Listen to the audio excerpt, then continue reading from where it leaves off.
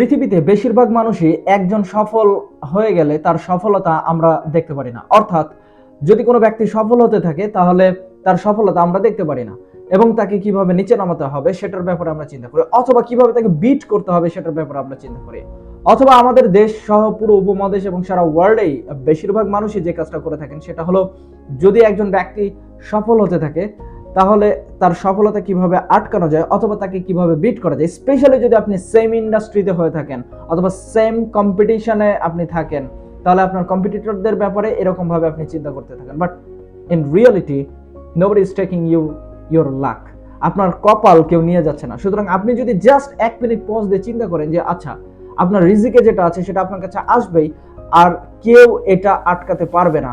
If you have that kind of faith on your creator, তাহলে এই পুরো বিষয়টাই এলিমিনেট হয়ে যাবে।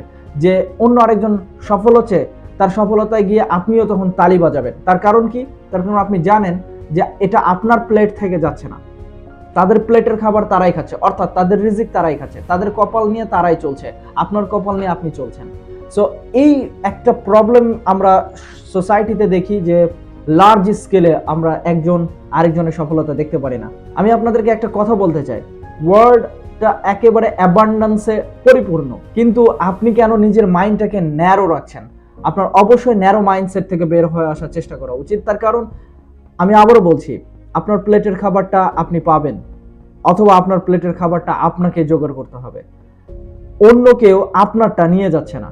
If you have the correct belief system on faith and তাকদির, তাহলে আপনার এই বিষয়গুলো নিয়ে আর কখনোই এরকম মাইন্ডসেট আসবে না অথবা কাজ করবে না যে ও আচ্ছা, একজন ব্যক্তি সফল হয়ে যাচ্ছে, তার সফলতা আপনার তালি দিতে মন থেকে তালিটা আসবে না অথবা মন থেকে তার প্রতি প্রশংসা আসবে না, এরকম ঘটনা ঘটবে না। অবশ্যই আপনি চাইবেন যে তার সফলতায় আপনিও শামিল হতে এবং তাকে আরো বেশি পুশ করতে।